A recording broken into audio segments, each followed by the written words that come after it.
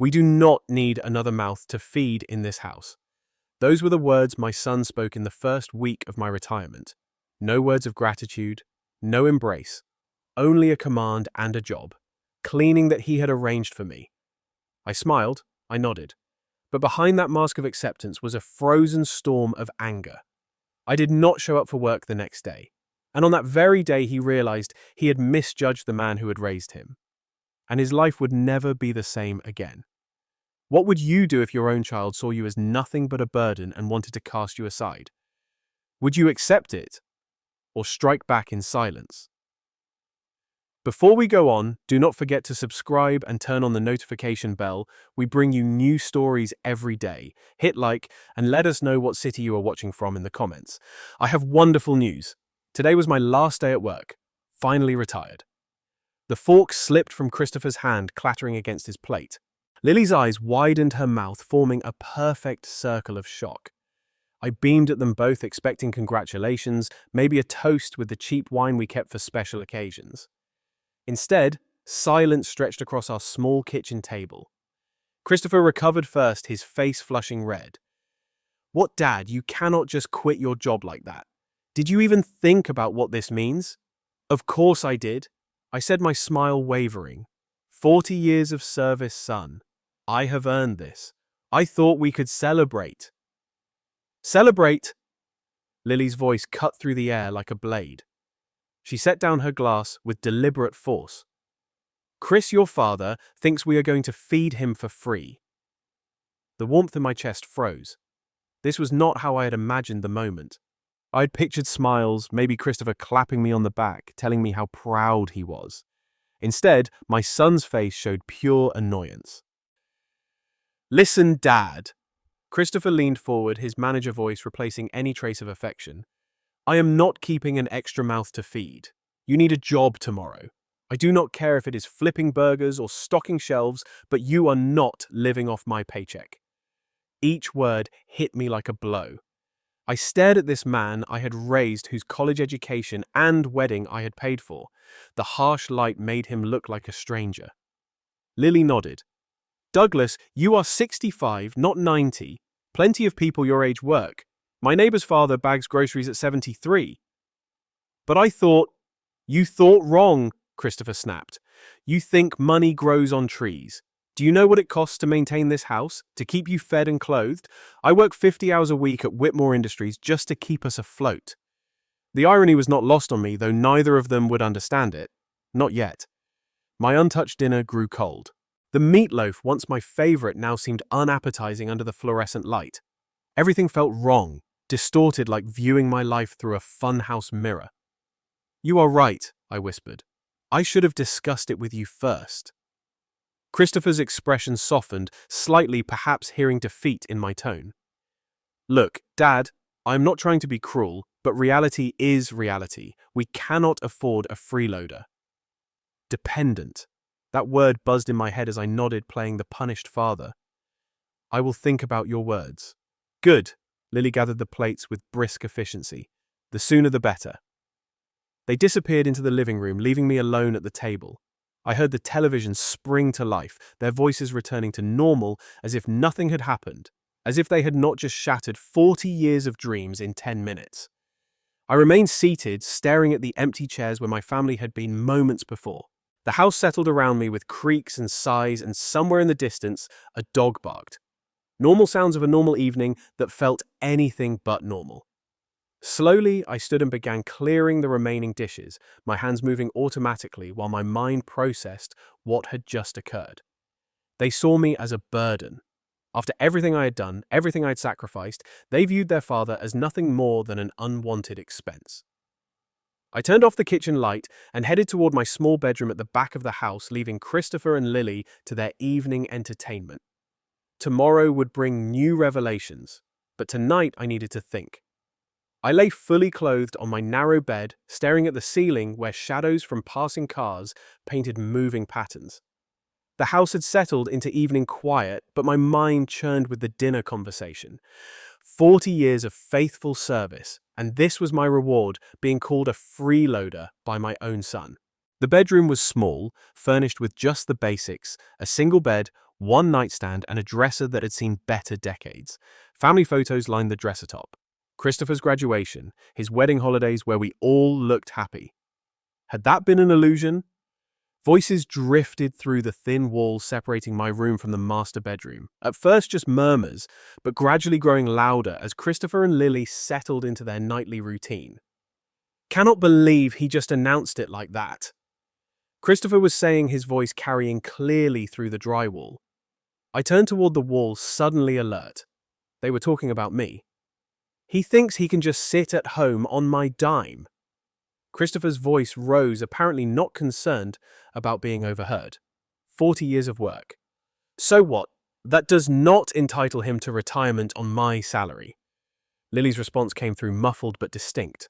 What if he refuses to work? What if he just sits around watching television all day? Then we will take his pension and put him in a nursing home. Enough already, I am tired of supporting dead weight. The words hit me like ice water. Nursing home, dead weight. I gripped the bedsheet, my knuckles white in the dim light filtering through the curtains. He has been mooching off us for 2 years since Mum died, Lily continued. Free meals, and now he does not even want to work. He has got nerves of steel, poverty. I closed my eyes, remembering the checks I had written. $23,000 for Christopher's college education, $8,000 for his wedding. They did not even mention that they were living in my house. The old man does not realize how expensive everything is now, Christopher said. Utilities, groceries, insurance, he thinks it is still 1950. Maybe we should give him a deadline, Lily suggested. 1 week to find work or he is out. Perfect! And if he complains, we will remind him that beggars cannot be choosers. Their laughter drifted through the wall, casual and cruel. I lay there absorbing every word, every dismissive chuckle, every casual reference to my uselessness. These were the people I had sacrificed for the family I had loved unconditionally. The house grew quiet again as they prepared for sleep. I remained motionless, processing this new reality. My son, the boy I had taught to ride a bike, whose scraped knees I had bandaged, whose fears I had soothed, viewed me as nothing more than an inconvenient expense. A nursing home, the phrase repeated in my mind, like a drumbeat. They had already planned my exile, already decided my fate. Take my pension, the modest monthly check that represented 4 decades of labor and warehouse me with other discarded parents. I thought about my colleagues who had received gold watches and retirement parties. Jim Morrison got a fishing boat from his kids. Helen's family threw her a surprise celebration at the country club. I got threats and ultimatums over meatloaf. But as I lay there in the darkness, something else began to stir beneath the hurt and shock, a cold, calculating anger that surprised me with its intensity. They wanted to play games with their father's future. They wanted to treat Douglas Cook like some helpless old fool. Perhaps it was time they learned exactly who Douglas Cook really was. I closed my eyes and began to plan. Sleep did not come. I lay motionless in the darkness, listening to the house quieting down around me, while all the sacrifices replayed in my head. The silence now seemed different, not peaceful but heavy with unspoken truth. 40 years. I worked hard, saving every penny I could spare for Christopher's future double shifts at the factory, when he needed books for school weekend jobs, when his college bills arrived, all those years of eating canned soup while my paycheck went toward his education at Oregon State University. I remembered the night he called home, panicked about tuition increases. Do not worry, son, I told him already, calculating how many extra hours I would need to work. Your old man will figure it out. And I did, trading sleep for his dreams, my comfort for his opportunities. His wedding day flashed through my memory. Lily in her white dress, Christopher beaming in his rented tuxedo. Both of them blissfully unaware that their budget wedding had quietly doubled in cost. I had covered the difference without a word, watching them dance to music I had paid for, eating cake I had financed, celebrating love I had made possible. Throughout it all, I had lived modestly, not from poverty but from choice. Let them think I struggled paycheck to paycheck while my real investments grew quietly in accounts they never knew existed. Better to be seen as generous than wealthy, or so I had believed. My fingers traced the worn bedsheet and I thought about Leonard Whitmore. 25 years ago, when his small manufacturing company was just a startup dream, I had believed in his vision. $500,000 of investment capital disguised as a loan to avoid complications. We had shaken hands in his garage, two men betting on the future. Whitmore Industries now employed 3,000 people across Oregon and Washington. Christopher worked for a company his father had helped build, never knowing his paychecks were partially funded by the man he now called dead weight. All right, Christopher, this game can be played by two sides. The photo on my nightstand caught a sliver of streetlight Christopher at 8 years old, gap-toothed and grinning, holding the baseball glove I had saved 2 months to buy. That boy had grown into a man who would steal his father's pension and abandon him to strangers. But he had made one crucial mistake. He saw weakness where there was only kindness, mistook generosity for desperation, assumed his father's modest lifestyle meant his father was powerless. Tomorrow I would surprise them all by agreeing to work. Let them think they had won. Let them feel superior while I positioned myself exactly where I needed to be. Sometimes the best revenge required patience, and I had spent 65 years learning how to wait for the right moment. The clock now read 1:23 a.m. In 6 hours, I would begin teaching my son the difference between charity and vulnerability. He wanted to see his father humbled. He would get his wish. Right up until the moment he realized who was really holding the cards.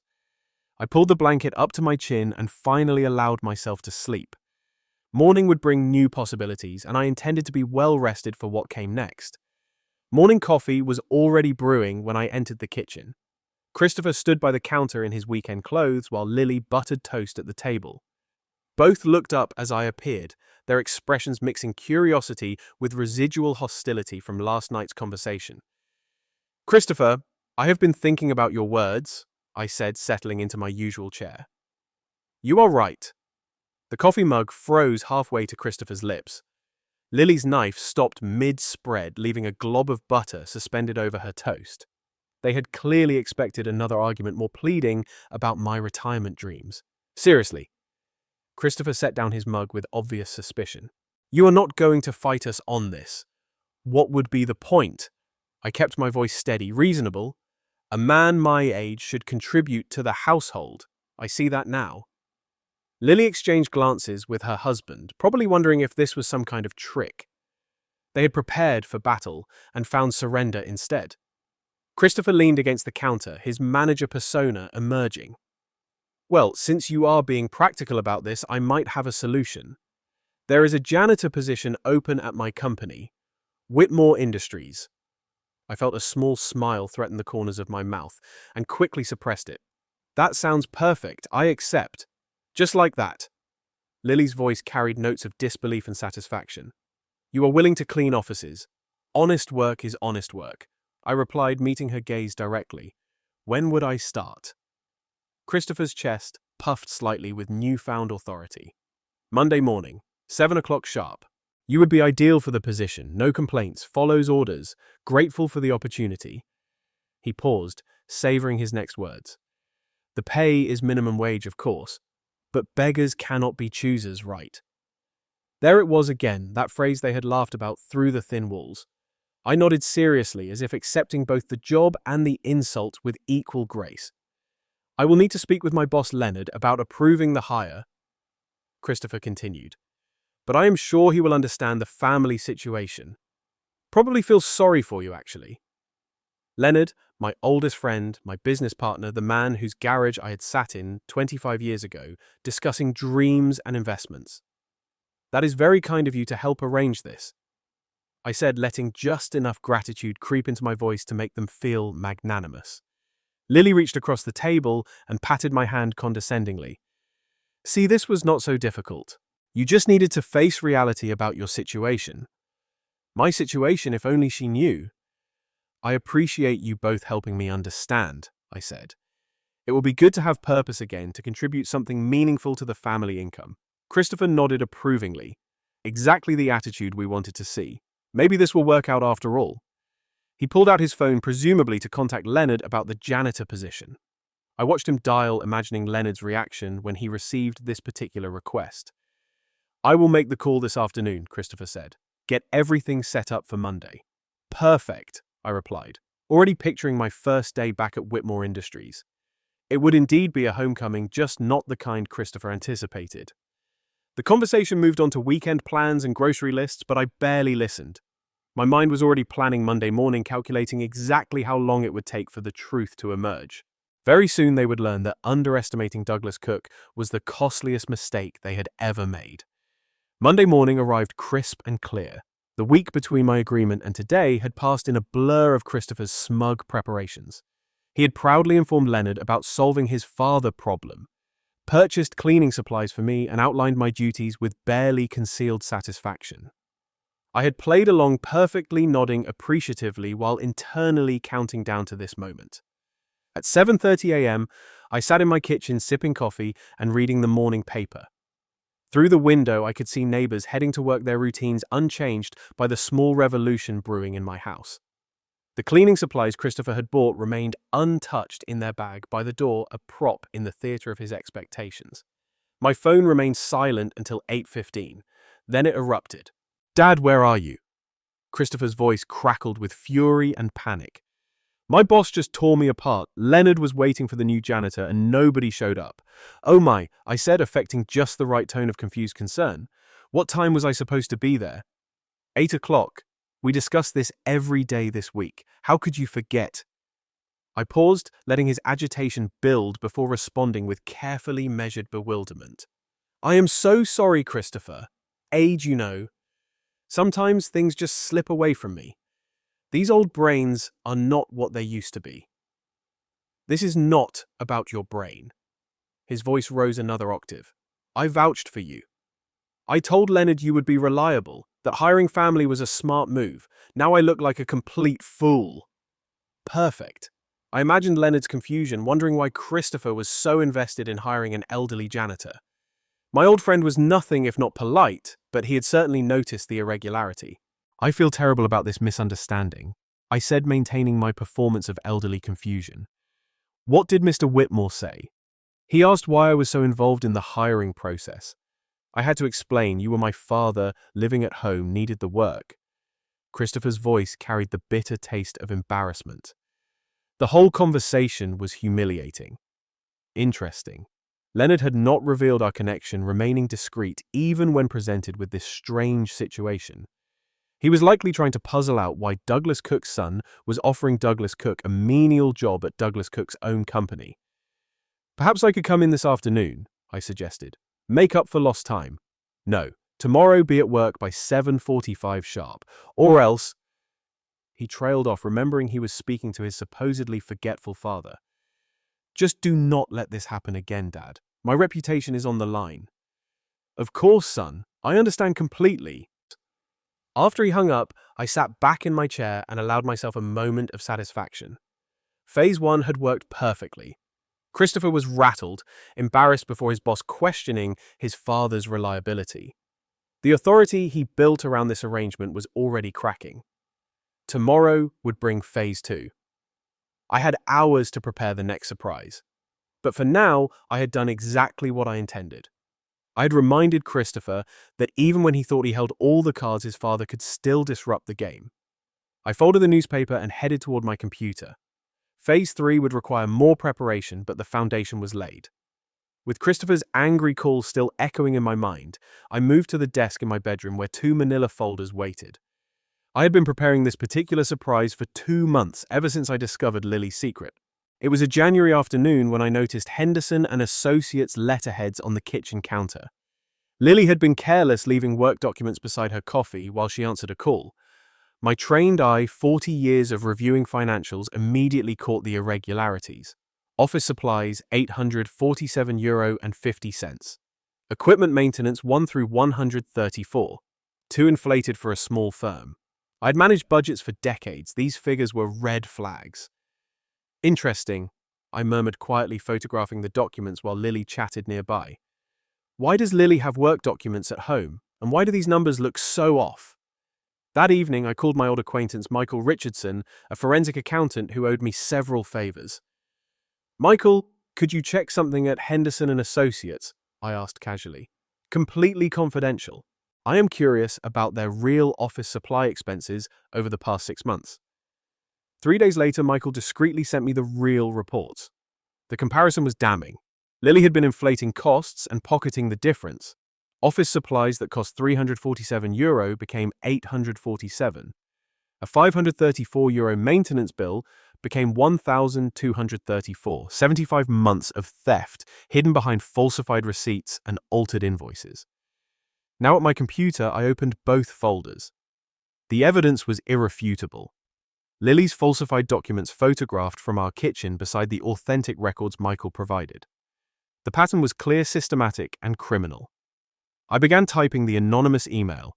Dear Mr. Henderson, I am writing to inform you of serious financial irregularities in your company's expense reporting.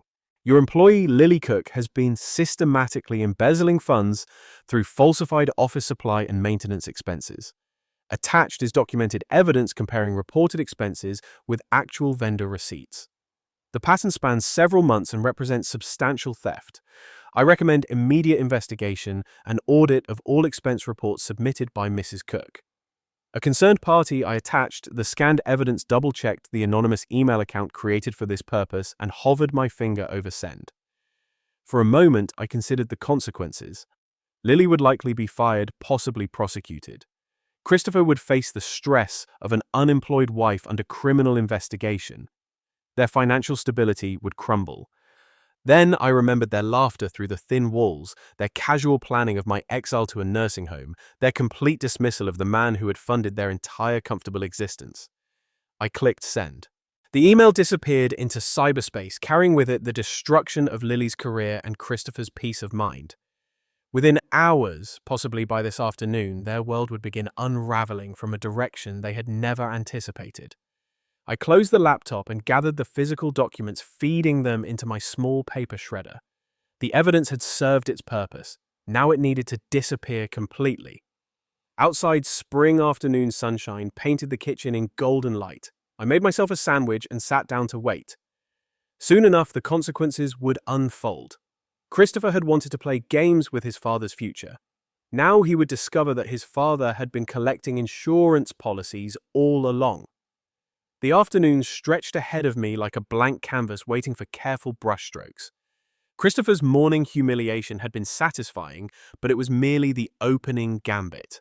Now came the methodical work that would truly demonstrate the difference between a helpless old man and a strategist with 40 years of business experience. In my small study afternoon, sunlight illuminated two neat stacks of documents on my desk. The left pile contained photocopies of Henderson and Associates expense reports I had captured with my phone camera 2 months ago. The right stack held the authentic records Michael Richardson had discreetly obtained through his professional network. The comparison told a story of systematic theft spanning 8 months. Lily had been clever, I would give her that. Rather than stealing large amounts at once, she had inflated legitimate expenses by precise percentages. A genuine €347 office supply order became €847 on her reports, exactly 500 more. Computer equipment costing €1,234 appeared as $17,400 in company records. She had even created fictional vendor relationships, submitting invoices for services never rendered. My calculator showed approximately €18,000 diverted into her personal accounts. Not enough to trigger automatic audits, but substantial enough to fund her designer handbags and weekend shopping trips that always puzzled me, given her modest salary. Have you ever discovered a betrayal that forced you to act silently but decisively? Comment 1 if you have ever had to take justice into your own hands. I opened my laptop and accessed the anonymous email account I had established weeks ago. The message needed to sound concerned but professional, with enough specific detail to trigger immediate investigation. Dear Mr. Henderson, I typed, I am writing to alert you to serious financial discrepancies in your accounting department. Your employee Lily Cook has been systematically embezzling company funds through falsified expense reporting.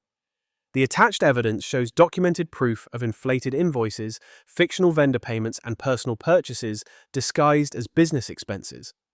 The pattern spans January through August 2025, representing approximately €18,000 in theft. I recommend immediate internal audit of all expense reports submitted by Mrs. Cook, with particular attention to office supplies, equipment maintenance, and consulting fees. A concerned observer. Methodically, I attached scanned copies of the most damning evidence side-by-side comparisons of Lily's reports versus actual vendor receipts, photographs of suspicious documents from our kitchen table, and a detailed timeline showing the escalating pattern of theft. My finger hovered over the send button. Once this email reached Henderson and Associates, Lily's career would crumble within hours. Her professional reputation would be destroyed. Criminal charges might follow. But then I remembered her voice through the thin walls. Maybe we should give him a deadline. 1 week to find work or he is out. Her laughter as she discussed stealing my pension and warehousing me with strangers. I clicked send. The message vanished into cyberspace, carrying 28 attachments of irrefutable evidence. By evening, possibly within the next few hours, Lily would face the consequences of both her theft and her cruelty. I closed the laptop and carefully fed the physical documents into my paper shredder, watching months of preparation transform into thin ribbons. The evidence had served its purpose. Now it needed to disappear completely. Phase 3 was complete. Christopher had been embarrassed at work this morning. Lily would face career destruction this afternoon. Tonight they would both return home to a father they assumed was helpless, never suspecting he had orchestrated their simultaneous downfall. I made myself tea and settled into my chair to wait for the evening's revelations. The front door slammed at 6:43 p.m., followed by the sound of heels clicking rapidly across the hardwood floor. I looked up from my evening newspaper, feigning surprise at the urgency in Lily's footsteps. She appeared in the living room doorway, her face blotchy with tears, mascara smudged beneath red-rimmed eyes. Her usually perfect appearance was disheveled blouse, wrinkled hair escaping its neat bun, hands trembling as she clutched her purse. "Lily, what happened?" I set down the paper, rising halfway from my chair with practiced concern. "Why are you crying?" "I am facing termination." The words tumbled out between gasping sobs. "Someone sent my boss some documents, financial records. They think I have been stealing." What terrible luck. I moved toward her, my voice carefully calibrated to convey shock and sympathy. Who could have done such a thing? She collapsed into the armchair across from me, her composure completely shattered. "I do not know. Someone anonymous sent detailed evidence to Mr. Henderson this afternoon, bank records, expense reports, everything laid out like some kind of forensic investigation." I settled back into my seat, maintaining my expression of bewildered concern while internally cataloguing every detail she revealed. "That sounds absolutely devastating. What exactly are they claiming?" "They are saying I inflated expense reports, created fake invoices, used the company credit card for personal purchases." Her voice broke completely. "Doug, they have everything, dates, amounts, even photographs of documents." Fascinating. Henderson had moved quickly, confronting her within hours of receiving my email. A competent businessman, clearly the kind who understood that embezzlement required immediate action. "But surely this is some kind of misunderstanding," I said gently. "You are an honest person, Lily. Anyone who knows you would vouch for your character." "That is just it." She leaned forward desperately. "The evidence is so detailed, so specific. Whoever did this has been watching me for months, documenting everything. It is like they knew exactly what they were looking for." Indeed they did. "Have you told Christopher yet?" I asked, allowing appropriate worry to creep into my voice. Her face crumpled further. "No, how can I? He is already stressed about work, about the situation with you missing your first day." She looked up at me with pleading eyes. "Doug, what am I going to do if they fire me, if there are criminal charges? We will lose everything." Now, I said soothingly, moving to pat her shoulder in a grandfatherly gesture. "We will figure this out together. Family supports family, right?" The irony was not lost on me. The woman who had laughed about sending me to a nursing home was now seeking comfort from the very person she had planned to abandon. "They have suspended me pending a full investigation," she continued, wiping her nose with a tissue. "Mr. Henderson said the evidence was too compelling to ignore. They are bringing in external auditors reviewing every transaction I have handled in the past year." External auditors. Michael Richardson had certainly covered his tracks well when he had helped me gather the initial evidence. The authentic expense reports he had provided would perfectly corroborate my anonymous allegations. "Is there any chance this could be resolved quietly?" I asked, maintaining my helpful tone. Perhaps if you spoke with Mr. Henderson directly explained your side of things. My side? She laughed bitterly. What side? The documents do not lie, Doug. Someone has built an airtight case against me, and I have no idea who or why. The sound of Christopher's car pulling into the driveway cut through her despair. We both heard his footsteps on the front porch, his key turning in the lock. Please, Lily whispered urgently, let me tell him myself. He is going to be devastated. I nodded sympathetically, settling back to enjoy the evening's final act, as Christopher's voice called out from the entryway. Lily, Dad, I am home. Christopher's heavy footsteps echoed through the hallway, each thud carrying the weight of his difficult day. When he appeared in the living room doorway, his tie loosened and shirt wrinkled. His expression immediately shifted from tired annoyance to sharp alarm at the scene before him.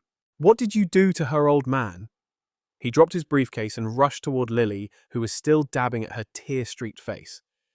I come home to find my wife crying, and you are sitting there like nothing happened. Christopher, I did not do anything, I began, maintaining my calm tone, despite his accusatory glare. Do not lie to me. His voice rose to a dangerous pitch. First, you embarrassed me at work by not showing up. Now you have upset Lily somehow. What is wrong with you? Lily raised her hand weakly, trying to interrupt.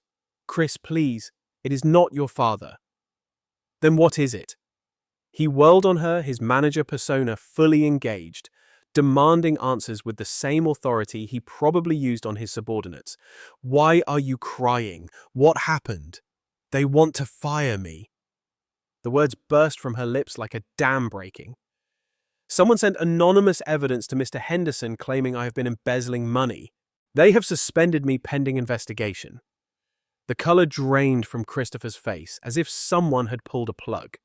He stood frozen, processing this information while his carefully constructed world continued to crumble around him. Embezzling. He sank into the nearest chair, his earlier anger replaced by stunned disbelief. That is impossible. You are the most honest person I know. That is what I tried to tell them.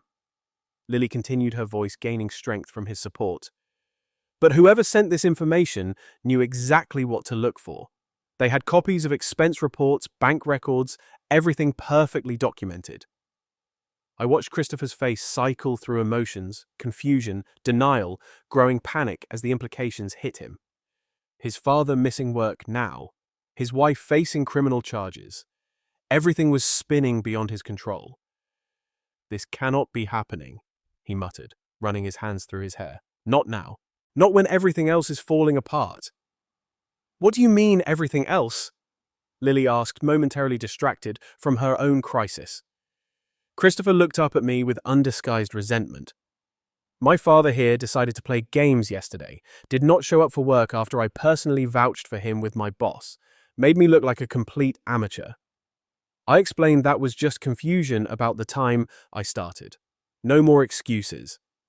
Christopher shot to his feet, pointing an accusing finger at me.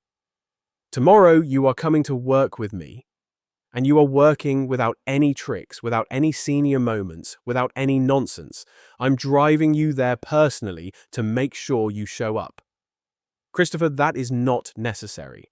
And let us have no tricks because I know you. His voice cracked with desperation and fury. I have had it with both of you causing problems. My reputation, my marriage, my entire life is under attack, and I am not letting it happen. Lily looked between us with growing confusion, trying to process this family conflict while dealing with her own catastrophe. Do not worry, son, I said quietly, meeting his blazing stare with surprising calm. Today, everything will be different. Something in my tone gave him pause. For just a moment, his aggressive posture wavered as he tried to interpret my words. It better be, he said finally, his voice dropping to a threatening whisper. Because if it is not, if you embarrass me one more time, I am following through on every promise I made about nursing homes and taking your pension. Do you understand me? I nodded solemnly, hiding the small smile that threatened to emerge. Tomorrow would indeed be different, more different than Christopher could possibly imagine. The house fell into tense silence. Three family members facing separate crises, none of them realizing that all their troubles stemmed from the same source. Morning came too soon for Christopher, but I had slept peacefully, knowing this would be the final act of my carefully orchestrated play. I dressed methodically in the work clothes he had bought me, each piece a costume for the performance of a lifetime. Christopher was already in the kitchen when I appeared, gulping coffee with grim determination. His face bore the marks of a sleepless night. Dark circles under his eyes, stubble. He had forgotten to shave, the tight expression of a man who had decided to solve his problems through sheer force of will. "Ready?" he asked curtly, not bothering with pleasantries.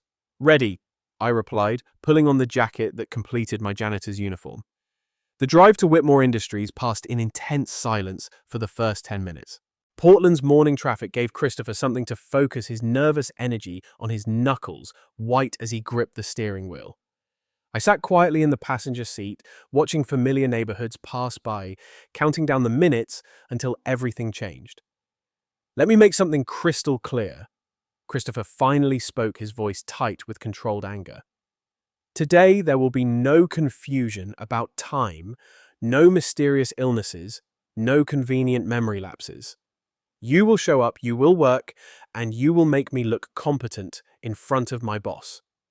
"I understand completely," I said, keeping my tone appropriately submissive. "Do you?" He shot me a sideways glance. "Because yesterday's stunt nearly cost me my job."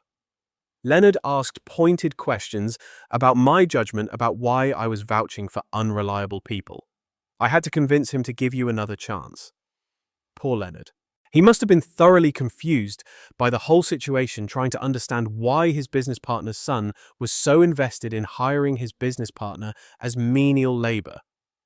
"And let us have no tricks, because I know you," Christopher continued, warming to his theme. "I know you probably think this is all some game that you can manipulate situations to get your way, but those days are over. From now on, I am in charge." "Do not worry, son," I said, allowing just a hint of mysterious confidence to color my words. "Today, everything will be different." He glanced at me sharply, perhaps catching something in my tone that did not match his expectations. "What is that supposed to mean?" "Just that I understand the situation better now," I replied carefully. "Sometimes it takes time to see things clearly." No. The Whitmore Industries building came into view, a sleek, modern structure of glass and steel that represented 25 years of growth from Leonard's garage-based startup. Christopher had driven past this building thousands of times, never knowing his father had helped make it possible. "There it is," Christopher said, his voice mixing pride with anxiety. 3,000 employees, multi-million-euro operation. This is where real men work, Dad. This is what success looks like." Indeed, it was. And today, Christopher would learn exactly how much success his family had really achieved. We pulled into the parking lot, Christopher choosing a spot near the main entrance. As he turned off the engine, I could see his hands trembling slightly. Whether from anger, anxiety, or exhaustion, I could not tell. "Remember," he said, turning to face me with desperate intensity, "whatever happens in there, you follow my lead. I do the talking. You stay quiet, respectful, and grateful for the opportunity." "Of course," I agreed, suppressing the irony of receiving such instructions about entering my own company. Christopher climbed out of the car and waited for me to join him on the sidewalk. Together, we walked toward the glass doors that would open onto the final scene of our family drama. In less than 5 minutes, Christopher Cook would discover exactly who his father really was. The glass doors of Whitmore Industries opened with a soft whoosh, revealing the gleaming marble lobby I had not seen in months. Christopher strode ahead, confidently nodding to the security guard who waved us through without question. Another irony, since I had helped design these very security protocols years ago. "Stay close and keep quiet," Christopher muttered as we entered the main corridor. "I will handle all the talking." The hallway bustled with morning activity employees clutching coffee cups, heading to meetings, discussing projects. I recognized several faces, though they did not seem to notice the elderly man in janitor's uniform walking behind an anxious middle manager. Christopher had acquired a mop and bucket from the supply closet, which he thrust into my hands with barely concealed satisfaction. "Here, make it look authentic when Leonard sees you." I accepted the cleaning supplies, without comment, internally amused at the theatrical nature of this final performance. Around us, the business of my company continued as usual, reports being analyzed, decisions being made, profits being earned from investments I had helped fund decades ago. "There he is," Christopher breathed, straightening his tie and adopting his most professional demeanor. Leonard Whitmore was walking toward us from the opposite end of the corridor, making his customary morning rounds through the facility. At 64, he carried himself with the confidence of a successful chief executive officer. His silver hair perfectly groomed, his expression focused on the tablet in his hand. "Mr. Whitmore," Christopher called out, his voice carrying just the right note of respectful enthusiasm. "Perfect timing, sir." Leonard looked up, initially distracted, then focusing on Christopher with polite attention. His gaze moved briefly to me, a routine glance at the elderly janitor accompanying his employee. Then he stopped walking entirely. "Christopher," Leonard said slowly, his voice carrying a note of confusion. "You brought him here." "Yes, sir." Christopher's chest puffed with pride. "I solved our staffing problem and my family situation at the same time. Here is my father, the janitor." The words hung in the air like a challenge to the universe itself. Around us, other employees continued their conversations, oblivious to the drama unfolding in their corporate corridor. Leonard's face transformed through a spectrum of emotions, recognition, disbelief, and finally a cold fury that made the temperature in the hallway seem to drop 10 degrees. "Christopher," Leonard said, his voice deadly quiet, "do you have any idea what you have just done, sir?" Christopher's confidence began to waver as he registered Leonard's expression. "You brought Douglas Cook, one of the largest shareholders in this company, into my building with a mop in his hands, and you are standing there proud of yourself." The color drained from Christopher's face so quickly I thought he might faint. His mouth opened and closed soundlessly like a fish gasping for air. "That is impossible," he whispered. 25 years ago, your father invested €500,000 in my startup." Leonard continued, his voice rising. "Without him, there would be no Whitmore Industries. Without him, there would be no job for you to lose, which you just did." "I do not understand." "Then you are fired, immediately." Leonard's words cut through the corridor like a blade, causing nearby employees to stop and stare. "Clear out your office and leave the premises. Security will escort you out." Christopher stood frozen, his world collapsing around him with the speed and finality of a controlled demolition. His briefcase slipped from nerveless fingers, hitting the marble floor with a sharp crack that echoed through the suddenly silent hallway. Leonard turned to me with genuine concern, the anger leaving his voice entirely. "Douglas, my friend, what on earth is going on here?" I set down the mop and straightened to my full height, dropping the submissive posture I had maintained for so long. When I spoke, my voice carried the authority and intelligence I had kept hidden for days. "Leonard, I think we need to have a private conversation in your office." Leonard's executive office had always been a sanctuary of success, rich mahogany furniture, floor-to-ceiling windows, overlooking the Portland skyline walls, lined with awards and photographs documenting 25 years of business triumph.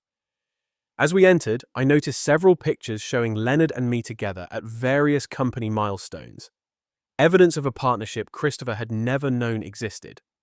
Christopher followed us in like a sleepwalker, his face still ghostly pale from the corridor revelation. He slumped into a leather chair uninvited, staring at his hands, as if they belonged to someone else. "Douglas, please sit," Leonard said, gesturing to the chair across from his desk. The same chair where I had sat countless times discussing business strategy and company direction. "Can someone explain to me why my business partner was just introduced to me as a janitor by his own son?" I settled into the familiar seat, feeling the weight of deception finally lifting from my shoulders.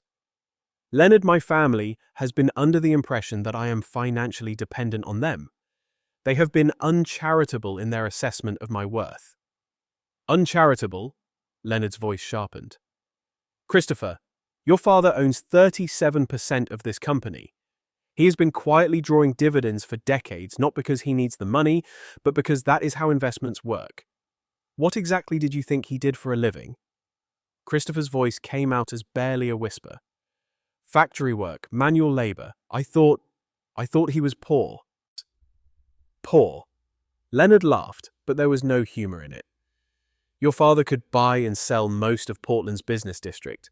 He chose to live modestly, chose to let you believe he was struggling, and apparently chose to let you treat him like a burden.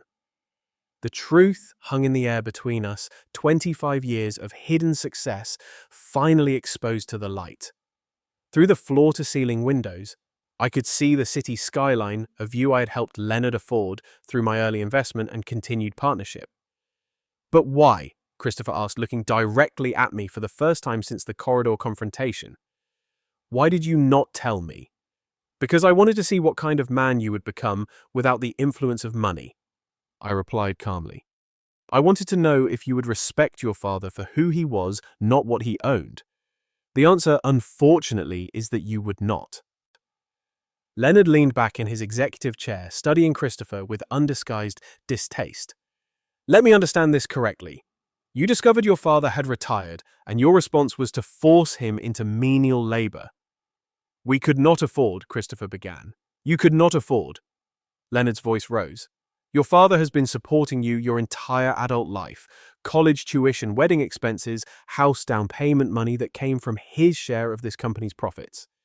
And you repaid that generosity by threatening to put him in a nursing home. Christopher's face crumpled as the full magnitude of his mistakes became clear. I did not know. Nobody told me. Nobody told you to be decent to your father either, I said quietly. Nobody told you to treat the man who raised you with basic human respect. That should have come naturally. Leonard stood up, moving to the window overlooking the parking lot.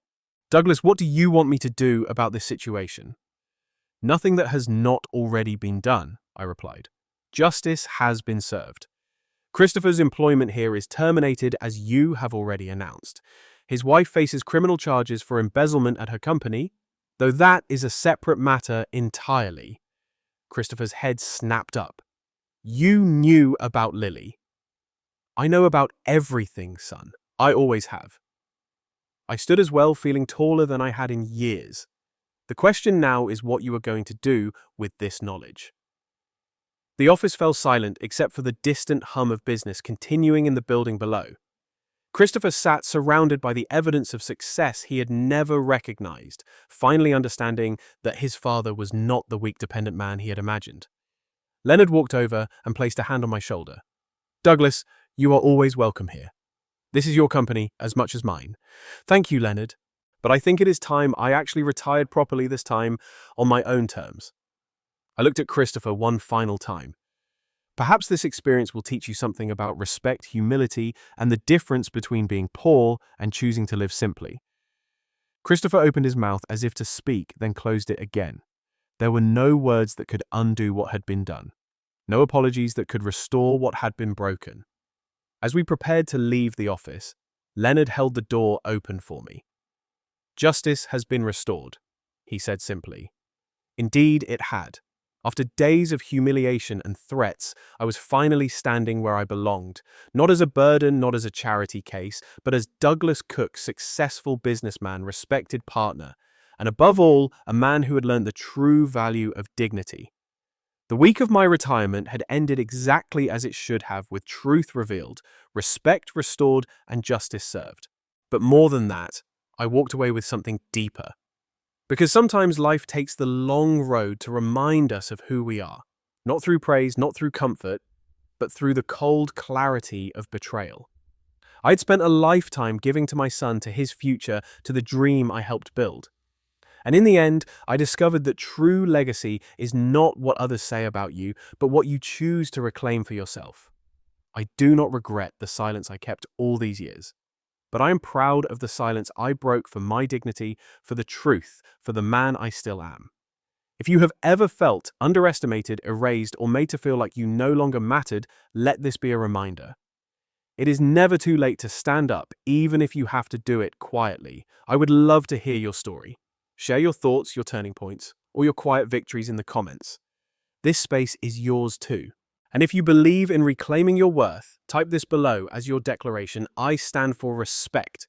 If you found this story moving, do not forget to like this video, subscribe to the channel, and turn on the notification bell so you never miss another story.